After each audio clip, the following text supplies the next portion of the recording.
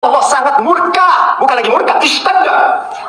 Bukan murka saja, murka yang sangat. Ya, Allah Subhanahu wa taala sangat murka, sangat marah, sangat benci kepada siapa? Man adani, orang yang mengganggu aku melalui anak keturunanku. Ya, dari kalimat ini, man adani fi itrati, siapa orang yang mengganggu aku melewati anak keturunanku. Artinya, manakala kita mengganggu anak keturunannya, mencaci, membenci, hasud, sama artinya kita mengganggu baginda Nabi Muhammad. Kira-kira orang yang mengganggu Nabi Muhammad ya kumaha? Pantas kalau mendapatkan satu kebencian dan kemurkaan dari Allah Subhanahu wa taala. Allah marah, Allah murka. Nabi Muhammad itu Habibullah, kekasihnya Allah taala. Nggak boleh ada orang ganggu Nabi Muhammad. Nggak boleh ada orang syirik dengan Nabi Muhammad. Nggak boleh ada orang benci dengan Nabi Muhammad. Nggak boleh ada orang hasud dengan Nabi Muhammad. Nah, begitu juga nggak boleh juga benci dan hasud kepada anak keturunannya. Karena mengganggu mereka sama dengan mengganggu Nabi, membenci mereka sama dengan membenci Nabi, nggak suka sama mereka sama dengan nggak suka Nabi. Nah, kalau sudah benci sama ahlul bait, benci sama para habaib, artinya dia benci sama Nabi. Nah, kalau benci sama Nabi gimana dapat syafaatnya? Di dalam hadis lain juga, ya, yang maknanya hampir sama. Ya, Allah marah manakala seseorang ya, menumpahkan darahku dan menyakitiku melalui keturunanku. Ya. Jadi kalau di sini ada orang memerangi para habaib, itu sama dia memerangi Nabi Muhammad. Sama memerangi para habaib, itu sama dia memerangi Nabi Muhammad. Kalian perangi para habaib, akan sampai terbunuh. Ya. Seperti ceritanya ketika terjadi perang Karbala, ya, di mana Sayyidina Husain, cucu Nabi Muhammad SAW, yang dipenggal di padang Karbala di daerah Irak sana, ya, dengan pasukan Yazid bin Ubaidillah, dengan pasukan Ziyad bin Ubaidillah atas perintah Yazid bin Muawiyah. Ya. Itu menyakiti hati Rasulullah. Ya. Menyakiti hati Rasulullah. Mereka menumpahkan darah dagingnya Nabi Muhammad SAW. Di mana Sayyidina Husain yang diangkat, yang digendong sama Nabi, yang dicium sama Nabi dengan penuh cintanya, cucu Nabi. Ya. Dan itu dari situlah keturunan Nabi Muhammad, dari situ. Sengaja mereka mau habiskan, sengaja mereka mau habiskan supaya keturunan Nabi Muhammad tidak sampai sekarang. Ya, bunuh Sayyidina Husain. Ya, dia penggal Sayyidina Husain. Masya Allah. Ya. Tapi janji Allah nggak bakal bisa dilawan. Allah tetap akan mengabadikan daripada keturunan Nabi Muhammad. Maka di situ diselamatkan salah satu anak daripada Sayyidina Husain, namanya Ali Zainal Abidin. Tinggal satu-satunya orang ya, yang diselamatkan oleh Allah Subhanahu wa taala. Tujuannya apa? Untuk menyambungkan kembali daripada anak keturunan kepada Nabi Muhammad SAW. Kemudian di dalam hadis yang lain, man sabba ahli baiti fa ana bari'un minhu. Siapa orang yang coba-coba mencaci maki, mengolok-olok, menghina, memfitnah ahli bait keturunanku, kata Nabi. Apa kata Nabi? Fa ana bari' minhu. Saya nggak tanggung jawab nanti di hadapan Allah. Supaya kita hati-hati memperlakukan anak keturunan Nabi ini, karena mereka itu dimuliakan oleh Allah. Allah yang memuliakan. Nah, kalau mau siap perang sama Allah ya mangga. Orang yang berani mencaci para habaib, yang menghina para habaib, artinya dia menghina Nabi. Nah, kalau dia siap untuk itu ya mangga. Rusak kita punya hati sampai timbul rasa kebencian kepada keturunan Nabi. Ibadah yang kita lakukan haba'an manzura. Percuma yang kita lakukan, ibadah percuma, sholat percuma, semua percuma. Ibadah percuma, sholat percuma, semua percuma. Kenapa? Karena kalian mengusik hati Nabi Muhammad. Beberapa hadis di sini juga. Inna Allah harramal jannah ala man dhulim ahli baiti. Masya Allah. Lihat. Di dalam salah satu hadis lagi, apa Allah katakan? Sungguh Allah mengharamkan surga, mengharamkan seseorang masuk surga, orang yang mendolimi ahli baiti, orang yang mendolimi para habaib, orang yang mendolimi keluarga Nabi. Maka Allah katakan haram ente punya jasad masuk surganya Allah. Orang yang mendolimi Nabi gak bakal masuk surga. Mau ibadahnya sebesar apapun, sedekahnya sebanyak apapun, lalu dia mendolimi Nabi lewat anak keturunannya, lewat para habaib yang dia lakukan itu, maka sama itu artinya mengganggu Nabi. Dan kalau itu dilakukan, maka itu sama artinya mengganggu baginda Nabi Muhammad SAW, dan Allah akan haramkan orang tersebut untuk masuk dalam surganya Allah Subhanahu wa taala.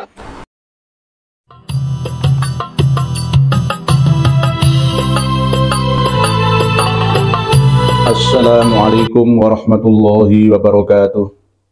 Bismillah, alhamdulillah, wassalatu wassalamu ala rasulillah Muhammad ibn Abdullah wa ala alihi wa sahbihi mawalah, amma ba'd.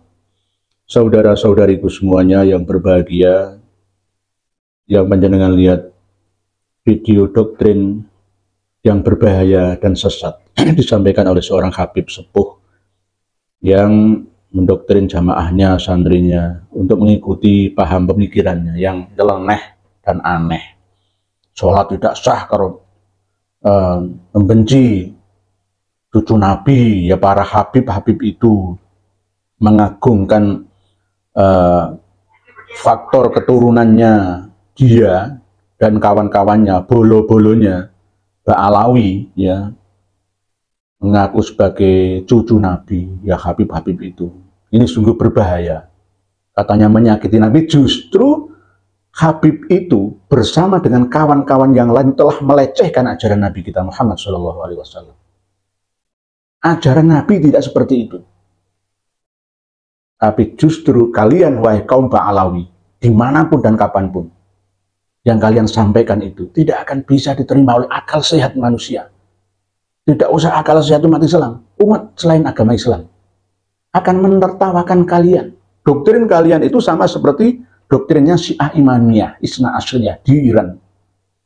Selalu membuat mengarang cerita-cerita yang dibumbui, ya, dengan khurafat, tahayul, klenik, mistik, klasik, supaya kelihatan menarik, ya. Naudzubillah min dzalik. Bahaya. Kami sibuk untuk menyelamatkan umat dari kesesatannya.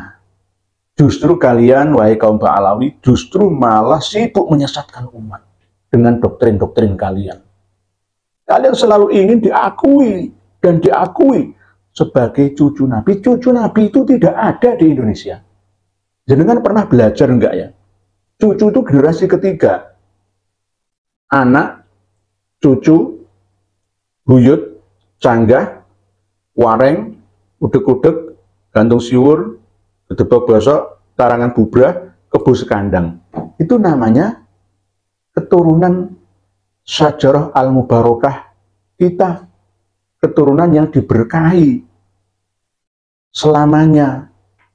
Bukan dzurriyah mengaku sebagai cucu. Itu bagaimana? Itu namanya minta disembah, dikultuskan, diagungkan, didewakan. Apakah itu ajaran Rasulullah SAW? Justru para kiai-kiai pribumi termasuk saya ini sibuk mengkanter, melawan, menahan laju serang para Habib Ba'alawi di Indonesia yang terus-menerus masif getol menyebarkan paham sesatnya kepada umat dan masyarakat. Saya yang membela Rasulullah SAW, justru kalian, para Habib itu, khususnya yang ada di video ini tadi, yang sibuk gencar menyesatkan umat dengan doktrin dogma kalian. Kitabnya di mana? Dari mana dasar data referensinya? Kok ngomong seenaknya seperti itu? Wahai pengurus PBNU, kemana kalian? Wahai pengurus PP Muhammadiyah, kemana kalian ketika melihat penyesatan secara nyata di kalangan umat dan masyarakat kita terus berlangsung seperti ini? Kalian hanya diam saja, membiarkan mereka, kaum penyesat itu, terus melancarkan aksinya. Korbannya siapa? Ya umat dan masyarakat. Why? Kenapa? Ada apa? Apa yang ada dalam benak pikiran kalian, wahai para habib, yang muda sampai yang tua? Isinya itu doktrin, doktrin, dan doktrin pembodohan, penyesatan. Ngaji yang lain saja. Diri salah.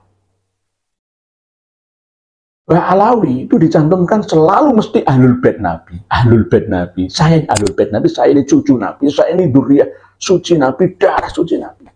Itu yang terus diagung dan digaungkan. Hentikan pembodohan kalian itu. Kasihan generasi kalian juga. Kasihan generasi umat kita yang seharusnya para santri didikan kita ini menjadi generasi emas. Justru kalian kembalikan menjadi generasi tembaga, bahkan generasi besi berkarat yang tak berharga. Akan jadi apa bangsa ini? Akan jadi apa agama ini nanti? Jika 20 tahun, 30 tahun, 50 tahun yang akan datang dihasilkan dari generasi yang tak beremas ini. Generasi besi yang berkarat tak berguna ini. Ini namanya mengingkari ajaran Nabi. Mencantolkan diri. Mencangkokkan nasab diri pribadi demi kepentingan kalian sendiri. Dengan Nabi yang mulia. Nabi kita, Nabi besar Muhammad SAW. Sama seperti aliran pemahaman yang dilakukan oleh keluarga besar Az-Zaitun Indramayu yang sesat dan menyesatkan. Tetapi menurut saya tidak perlu demo lagi, sudah ada yang menangani. Dana untuk demo itu bagikan untuk fakir miskin, duafa, yatim piatu, orang-orang cacat, keterampilan mereka, sandang pangan mereka, sumber penghidupan nafkah mereka. Jangan dibuat untuk demo yang tidak berguna. Sudah ada yang menangani, kecuali pihak terkait tidak turun tangan menangani. Az-Zaitun, Menko Polhukam, Pak Mahfud MD sudah turun tangan.